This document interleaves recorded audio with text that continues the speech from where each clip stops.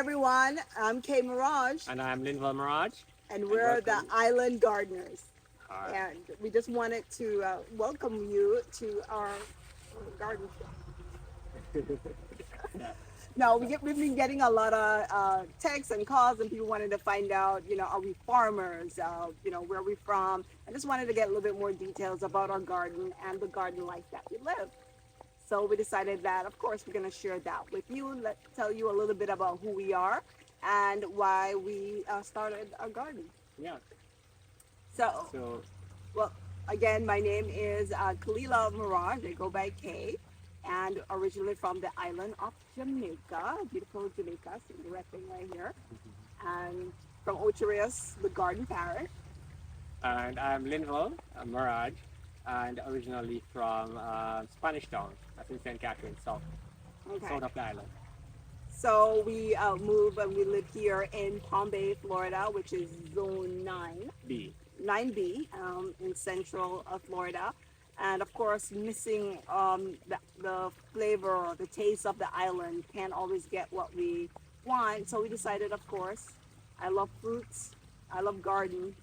Linville loves to plant fruits and to garden. So perfect combination. Yeah. And one of the problem, I personally, uh, when you purchase fruits, I guess if you don't know, I mean, it tastes good to you, but when we purchase fruits from the store, especially mangoes, they are terrible.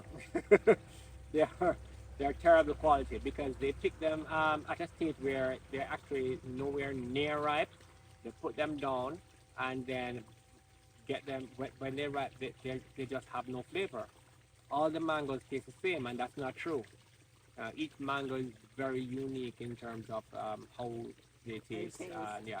But if you pick them all young, you can't really get that distinction in them. It just it's slightly different, and the flavor is completely off. And another thing too is that we always wanted to eat fresh, right? We Yeah. want to be healthy, and of course, as you know, the plants are full of pesticides, or vegetables are full of pesticides, and all kind of things. So we wanted to make sure that we were eating fresh, and so that we could stay healthy. Without breaking a pocket. Because, like for example, this we are sitting under a guava tree here, and the big guavas. One of these guavas, when we go inside the store, they are considered as exotic fruits. One single guava is almost $5. Yeah. So again, Right now we're looking, we almost have 1,000 guava here on the street. So I mean that's $5 each. So they're pretty expensive to get these fruits. yeah. So if you want to eat fresh, we encourage everyone to plant your own garden. It's easier than you think. If you, again, from the islands and you're used to your fruits, it's not hard to grow some of these fruits that you're used to. So we decided we want to do that. So we're hobby gardeners. We're not farmers.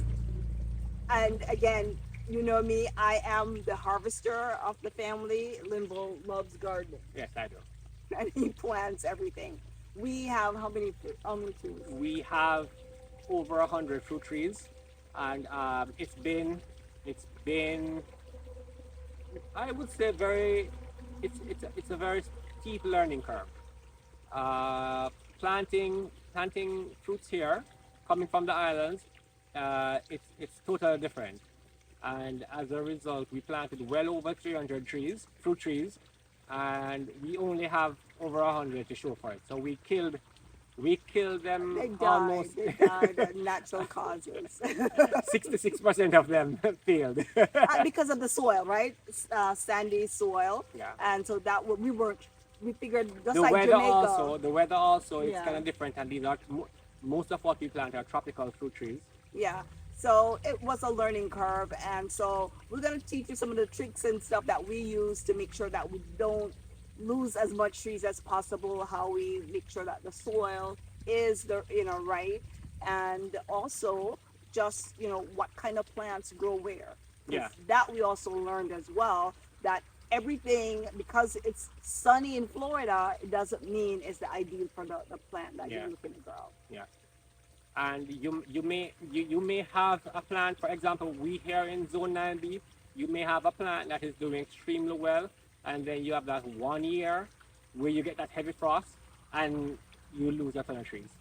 So yeah, it can be like that. Yeah, a few years ago we just tears just we lost so many trees, Yeah. and we don't want to go through that again. But most of the trees right now they're hardy and they can survive a frost. But we're gonna share all that with you. We're gonna share our 100 plus trees with you so you can see what we're growing. We have a double lot that we grow here, and we're about half an acre, Yeah. Yeah. about half an acre, and we grow plants on almost every inch of it. So Yeah.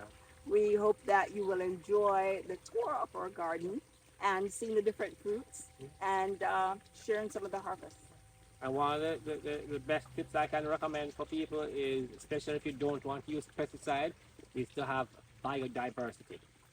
Yeah, The primary practice of how we go about our garden would be similar to fruit forest or permaculture gardening, and we not only have fruit trees, but we have a lot of decorative plants. We have tons of flowers and other beneficial plants, and and so we attract a wide range of wildlife.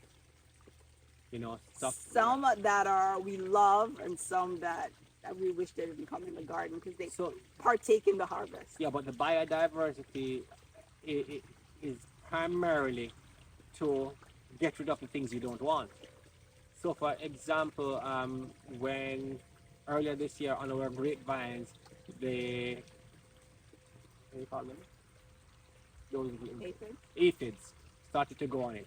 We didn't just jump along and just started to kill the aphids because we know in our garden we have a space where we attract a lot of ladybugs.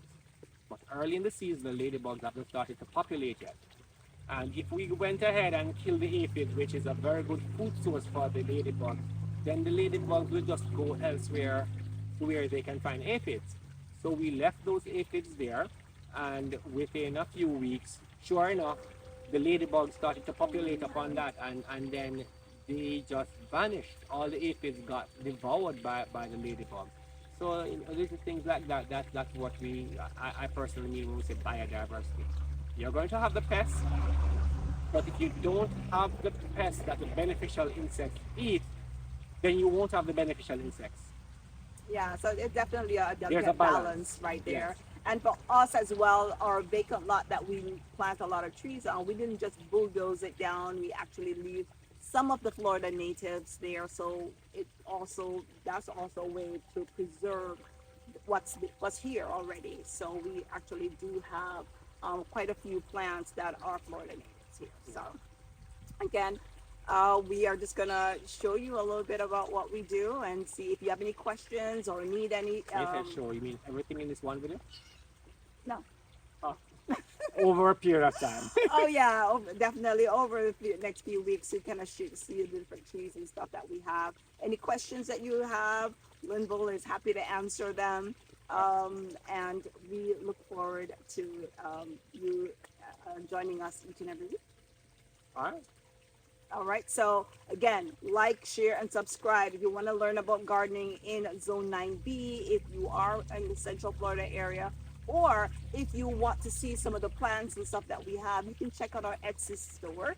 We have tons of different plants and different things that we grow here in Palm Bay. And so check out our store. The link is going to be in our bio. And as always, eat healthy. And stay healthy and eat fresh. What he said. All right, take care. Bye. Thank you for joining us.